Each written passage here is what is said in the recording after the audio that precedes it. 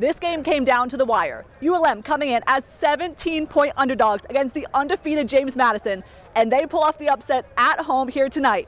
For the first time since 1993, the Warhawks are 4-1. And we have to bring in the man of the hour. First-year head coach Brian Vincent is joining me live here right now. Coach Vincent, you've been talking since you got here about unifying this city, this university. Nothing does it better than a win like this tonight. Just how proud are you of your guys tonight? Welcome in, fans, to the first Saturday Night Blitz of the year. I'm Megan, that's Clay. We're going to be with you all season long, breaking down all the college football action from our local squads. Hey Clay, well, we have courtside seats to what could be history in the making. Wasserman is one win away from capturing its fourth straight state championship. Now, the four-peat feat has only been accomplished by 14 girls basketball programs in Louisiana since 1909. That's right, Aaron, and for the first time ever, our game of the week features two MAIS schools. Now, while River Oaks and Prairie View are rivals, the connection in this one could fill a playbook. That's right, and Turpin telling us earlier this week he's bringing a whole Monroe posse down to Dallas, hoping to see his second touchdown return of the season.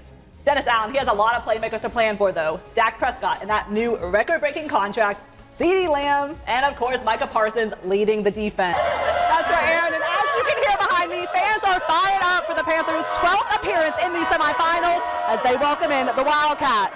While Sterlington is 5-6 in those matchups, they are a perfect 12-0 at home in playoff games since 2017.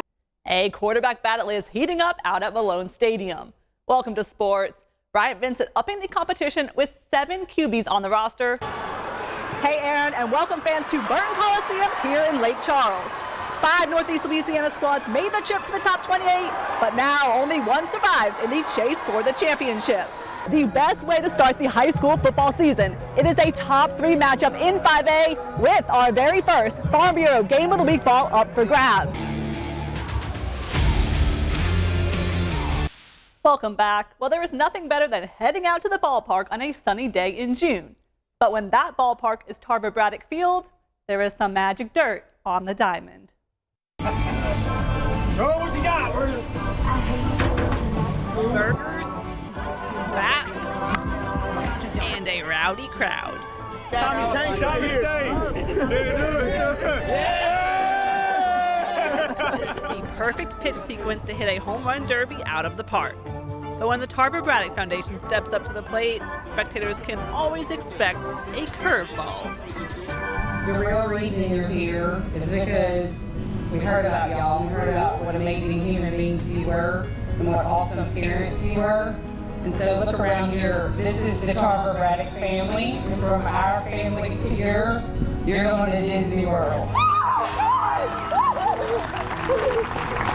The Tarver Braddock Foundation making more dreams come true, providing the surprise and trip of a lifetime to Disney World for the very deserving Cagle family. I mean, I thought we was just out there to throw the first pitch, and then when she says Disney World, it's like I don't remember anything else after that. Jennifer and Stephen Cagle dedicated their lives to serving others as volunteer firefighters with Caldwell Parish Fire District 1. While they had to give up firefighting after moving to Rayville last year, Jennifer and Stephen's selfless nature lives on every day in the lives of their children. They are two awesome people who were described as the most selfless and caring people that they knew. And so we thought, who better deserves a blessing than people like that? Put your ears on, girl. You're going to Disney World. Oh, thank you. Following an early childhood defined by hardships, the lives of 8-year-old Mia and 6-year-old Colby changed forever in January 2019. Jennifer and Stephen rescued them from unimaginable conditions and almost a year later received full custody. Thumbs up. Thumbs up. Proving not all families are made from blood, because this special one is made from love. It's to know what Mia and Colby come from to where they are now, that we could give them that. It makes my heart happy. Oh, I was already crying. Sorry, y'all get so good. Oh my goodness. No, never gets old. In fact, I wish it was all the time. It's the best part of it. The priceless reactions to those blessings never get old for the Braddocks as they continue spreading sunshine all across Northeast Louisiana and beyond. Father Will. This is you! This is you! You're so welcome. Tarver would want nothing more than this. From giving away cars to paying people's rent. So we're here today to tell you we paid your rent for the rest of the year.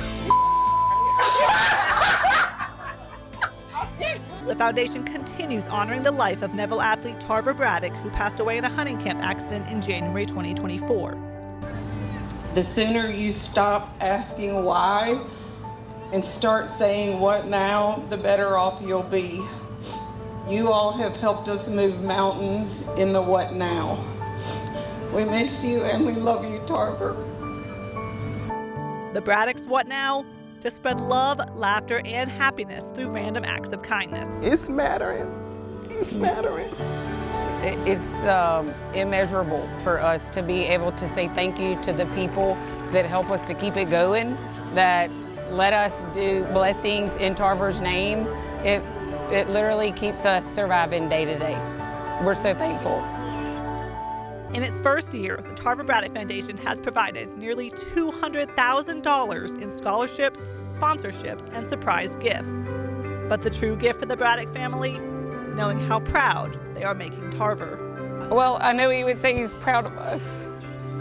I mean, yeah, this is like his thing. Like, all his friends are out here in the outfield and the stands. Like, he would love this. That's what I just told somebody earlier. He's not missing it, but he sure does love a party, Yeah. a gathering.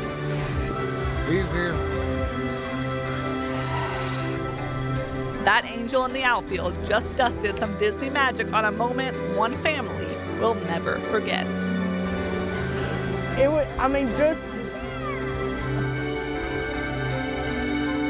just the love I felt just from a hug. The world should need more people like that. Congratulations to y'all. It's wonderful people. God bless y'all. We're going to Disney!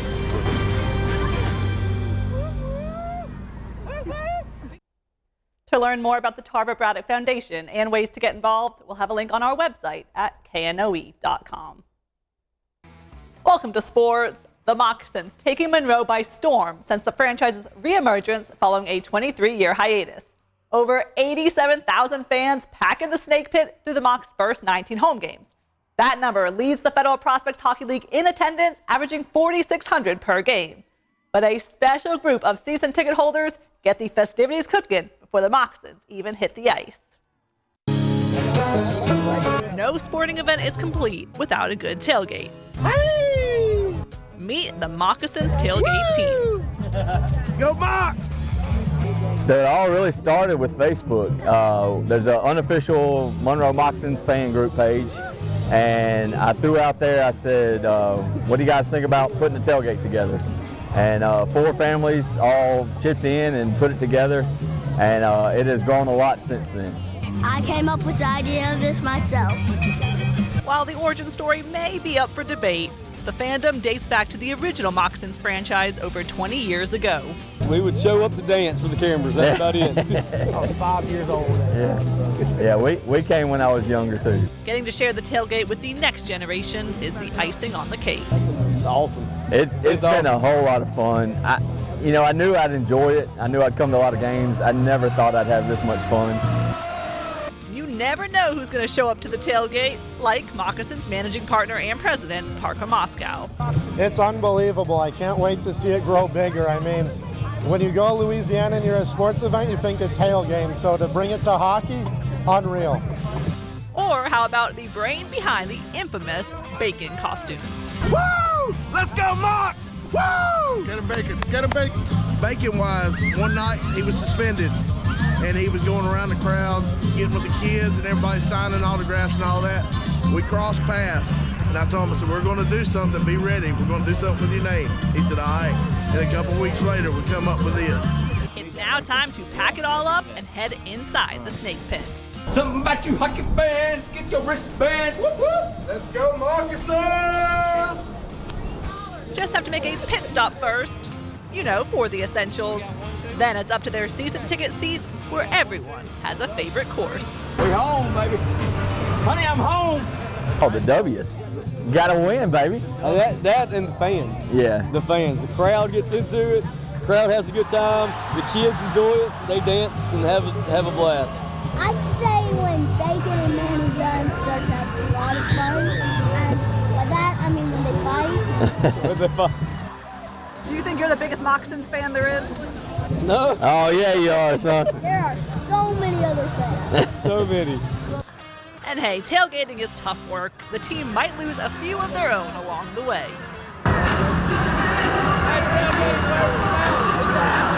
But the captains of the Moccasins tailgate team hope they continue recruiting new members for years to come. Well, I love that it started with 4 families. So we had maybe 20 folks out here at the very first tailgate we did. And now I think we're probably pushing about 200 tonight. Kind of what I envisioned when I threw it out there is eventually this whole parking lot will be full with tailgaters, just like when you go to a professional football game. And I think in time it will. You don't want to throw to the Browns. No, definitely not. A sentiment shared by pitchers in the Sun Belt and beyond. Batting second, playing left field, number 32, Megan Brown. When studying the ULM softball lineup this season, Batting third, playing second base, number 33, Morgan Brown. fans and opposing teams might need to do a double take. We've had a lot of nicknames because people can't tell us apart. So we had like a travel ball coach called us the Minnesota Twins because he couldn't tell us apart. We got Brownie Bites, Rough Draft, Final Draft. Some people just say a name and they just pray that it's the right one. Yeah. Meet identical twins, Megan and Morgan Brown. From the recruiting process to now, have you ever once mistaken them for the other one? I still do. And I usually say Morgan on accident instead of Megan. I think maybe because I do with infield a little bit more, so Mo's more natural to say, and Megan gets very irritated with me. Even their head coach Molly Fittner struggles telling them apart. But what is unmistakable, the numbers both Browns put up this season, which leads to some friendly competition. Yeah, we're pretty competitive. Yeah, I'm gonna tell her, I'm just gonna talk crap to her and just see if she can keep up. But then honestly, I'm keeping up with her. Yeah. So let's break down the almost identical double trouble in more detail. Megan edges out Morgan in batting average, doubles, and RBIs, while Morgan is the leading twin in hits, home runs, and total bases. Consensus is both twins are in Sunbelt first team honors, and there's definitely some twin voodoo going on. Oh, for sure. Yeah, our mom said something about that. She was like, it's so weird that y'all are batting the same thing. And I was like, well, I'm sorry. But then we look at the total bases and I'm like, dang. And then I'm winning. More. Megan and Morgan don't need to look far for loving words of encouragement. I tell her don't suck. Yes, yeah. That's rule number one. Don't suck. While the only difference on the field is lefty Megan compared to righty Morgan, their personalities off the field are polar opposites. Okay, my favorite thing about Morgan is how she can talk to anybody. Word of advice. Maybe not say everything out loud. Hi, everyone. Do something cool. My favorite thing about Megan, I love everything about you, honey. Thanks. Her ability to like calm people down and like make people see the big picture. Another word of advice is maybe speak your mind because it's very wise. Okay. And sometimes she's a little quiet. There's no denying Megan and Morgan played a huge role in the Warhawks' historic season, accounting for nearly half the team's record-setting RBIs and doubles. Fittner firmly believes the program-high 14 Sunbelt wins would not be possible without the Browns. Oh man, everything. They're game changers, they're sparks, they're fire.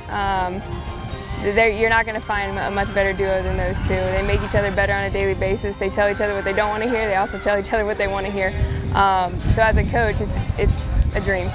While the Brown twins turn their attention to the Sun Belt tournament with unwavering support from coaches, I think they've just lifted it even without the RBIs and without any of that, the stats. Every day in practice, they're making their teammates better. Teammates. Let's go! Do not want to throw to the Browns. Fans. Here we go! Watch the magic! And loved ones. Go Hawks! Go Morgan! Go Megan! Yay! Megan's my girlfriend. The memories they're making together are the ones that will last a lifetime. Oh, I loved it. I love it every minute. Every minute I can see her succeed, or if she ever needs some humbling, I'm always there. So I'm definitely special for me. Yeah, I like it. I mean, yeah, I always got her back. Yeah, and I always tell her that. Well, so. I always say that she's having a great season because of me. Yeah, I'm like, I'm the person with the back, but it's fine. I think it's gonna be awesome. Like, we're gonna be able to tell our kids about this, like, and it's just gonna be a great, memorable moment. Welcome fans to Natchitoches and the holy grail of sports history in the state. The 2024 Louisiana Sports Hall of Fame induction weekend kicks off today as 12 of the state superstars will officially be enshrined into these hallowed halls. Headlining the 2024 class are Saints Super Bowl MVP quarterback Drew Brees, Olympic and WNBA champion from LSU Simone Augustus, and Northeast Louisiana's very own Wilbert Ellis. You know, I would be like Eddie Robinson, I would cry. Eddie said, when I look at something like that, I get cold chills. Coach Ellis led Grambling's baseball program for 30 years after serving the previous 13 as an assistant under Ralph Waldo Emerson Jones. Coach Ellis retired in 2003 after posting a 743, 463, and 1 record with 3 SWAC championships and 3 NCAA tournament appearances. Well, let me tell you, that takes me back there. The Ruston native not only has his name etched in the Hall of Fame history, but he is also the second ever recipient of the Louisiana Sports Ambassador Award, which recognizes long-term contributions to the community and the state's sports landscape. While Coach Ellis is a member of multiple Hall of Fames, he says this one is his proudest achievement. I would say it's at the top. You know, when I went into the American Baseball Coaches Hall of Fame, the Louisiana Coaches Hall of Fame, then I went into the SWAC Hall of Fame, went into the Legend Hall of Fame, and then the other hall, Louisiana Justice Hall of Fame. This is at the top because I'm receiving the highest honor that can be given to an individual in this Hall of Fame, and I'm the second one. So I feel real good about it, and I thank God, my Lord and Savior Jesus Christ, who made everything possible. When Coach Ellis officially crosses the stage Saturday as a Louisiana Sports Hall of Famer, Wilbert Ellis. he is not sure he'll be able to contain his emotions. I'm not sure, but I do think there are quite a few. I'm going to try to hold my tears, as Coach Robinson would always say, you know, you're going to cry because you need to cry for joy. And I just feel that this honor has been given to me, and God has made a way, and the people of the state of Louisiana and the Louisiana Sports Hall of Fame have seen what it was to get me involved and receive this honor. I hope Mel and I can hold it, but I'm not sure. Whatever happens, let it happen. I'm sure it'll be accepted. We'll have much more from Coach Ellis and the rest of the 2024 class before they are officially inducted on Saturday. Reporting from the Louisiana Sports Hall of Fame for KNOE 8 Sports, I'm Megan Murray.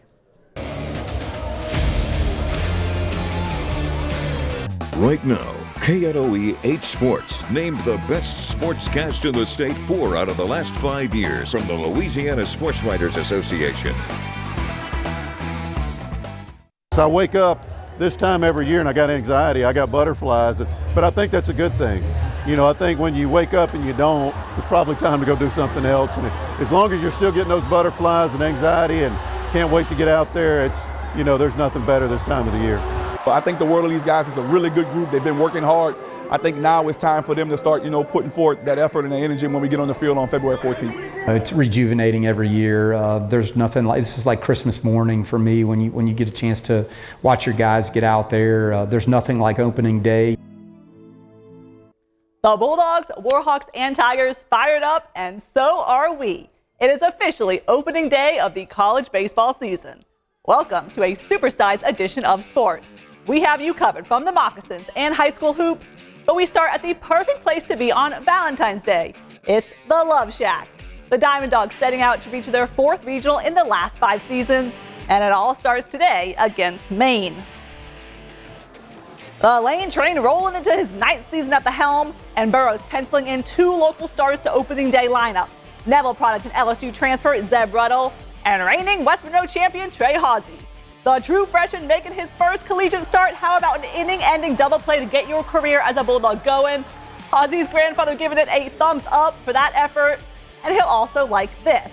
Bottom of the frame, Tech strikes first. Colton Coates is going to pull it down the right field line. Sebastian Mexico motoring around the bases, slides in safely. He is fired up. It's 1-0 Tech. But then, Grant Hupka running into a little bit of trouble. In the 3rd, bases loaded, 2 outs, and that is not what you want to see. That's going to be a 2-run double, and Maine is going to take the lead now 2-1. But that doesn't last very long when the leader, Michael Ballard, is at the plate.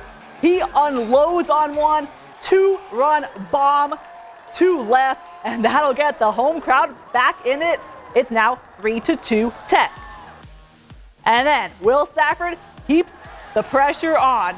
Drives one over the second baseman's head. That's going to score another. Tech now leading 3-2. Not done yet, though. Remember Zeb Ruddle? Yep, there he is. And this is going to earn him his first RBI as a Diamond Dog.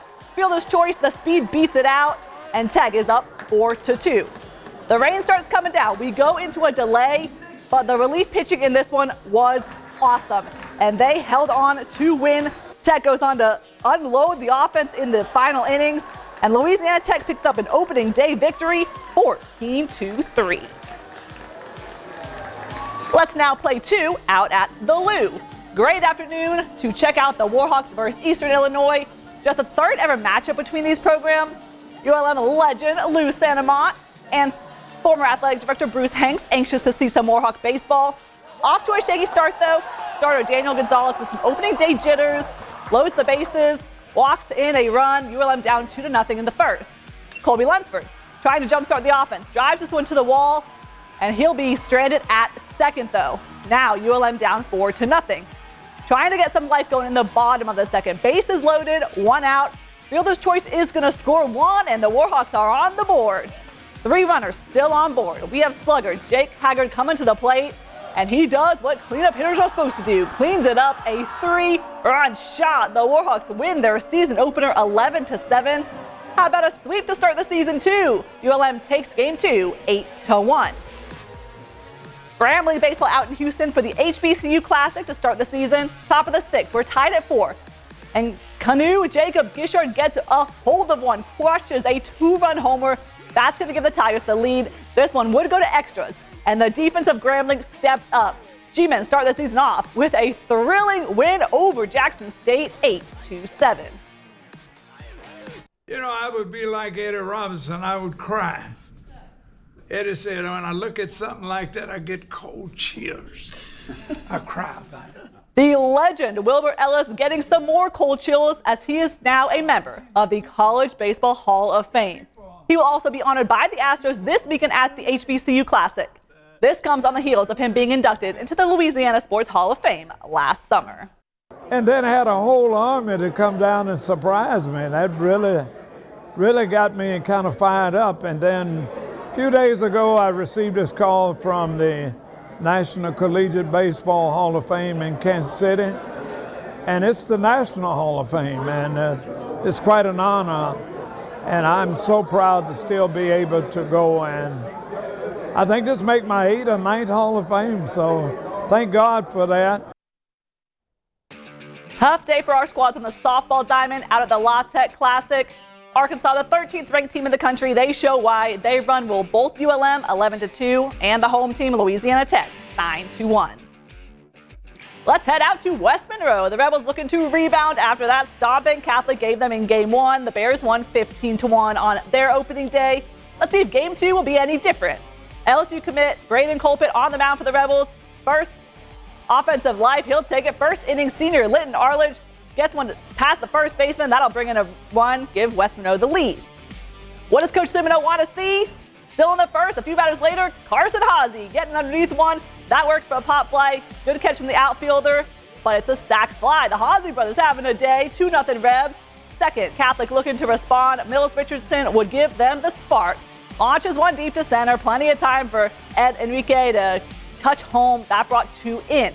We're all tied up at 2. Rebels would add a third in the bottom of the second. In the third, Colbit's day would not be finished. No damage done in the third. The future Tiger allowing just those few hits in the second. 5th inning is where it opens up for the Bears, though. Chase Harris gets one to right field. Runner from third able to slide in comfortably. We're all tied now at 3. Then Harrison finds the right field wall again. Another run comes in. Catholic would put up 4 in the top of the 5th. A range light came and went from West Monroe. In the 6th inning, the Rebels tacked on a few near the end, but comeback falls just short, 9-6. One last chance for the Rebels to win coming up tomorrow. And coming up after the break, we're going to slither out to the Snake Pit as the Moccasins go for the series sweep over the Zydeco.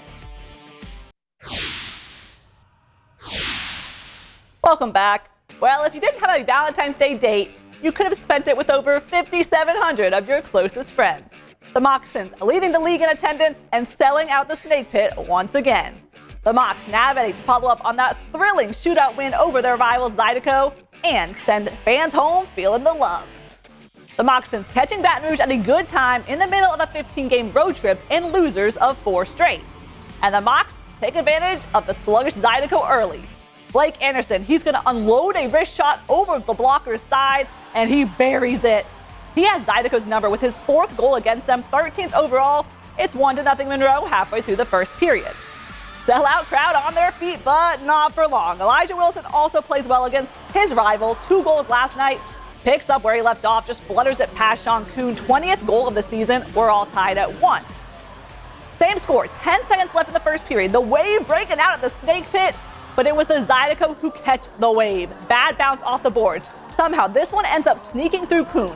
Thought he had it trapped, but he just couldn't believe it. It slid through. It's now 2-1 Zydeco to end the first period. The Mocs, they tied up in the second, though, courtesy of a Corey Cunningham power play goal. But the Zydeco was the only team to find the back of the net in the third. Mocs fall 3-2. It is senior night over at Wassman, and a few former Aaron's aces honored. Some big-time basketball to go with it at the Vamp. Peabody coming into a face-off against the Wildcats, who sit atop the Division II power ratings. These two teams faced off back at February 5th, where the Wildcats pulled out a squeaker 62-61 victory. This game for the District 2 4A title, you know that Wildcats defense has to show up and show out big. CJ Williams getting it started, drive to the rim rejected. Williams protecting the paint, then some more defense turns into the offense. One of those senior aces, Morgan Robinson, with a steal. Dontavius Daggs will scoop it, taking the distance, give him the bucket and one. Quick 10-2 start for Wassman. But then it's Peabody. Warhorses do find the way into the game. Rashad Mitchell from the corner 3 knocks it down. Wildcats would respond once again. Some quick ball movement from Zion Weeks, Robinson. Corner 3 from CJ Williams, bang. How about some more defense though? Ball poked away, eventually finds Travis Lynch, throws it down. Huge crowd tonight. That had Wassman in it. They were leading at the half. Warhorses made it close late, a couple of buckets in succession to have the Wildcats lead down to less than 5. But once again, the defense of Wassman proved key. Wildcats win this one 51-48 and are your District 2 4A champs. Keep it at Wassman for the girls one, and this one was over before it started. The Lady Wildcats just so strong all night long. 50-8 was the score at the halftime. Not much offense in the second half from Wildcats, but don't worry, the Lady Cats finished the regular season 25-5. Time to push for that four-peat. Final score, 56-22. That is all the damage we could do tonight. Louisiana Tech, Grambling, and ULM all starting the baseball season with wins. Weather permitting, they'll try to do it again tomorrow, plus a full slate of college hoops. Have a great night.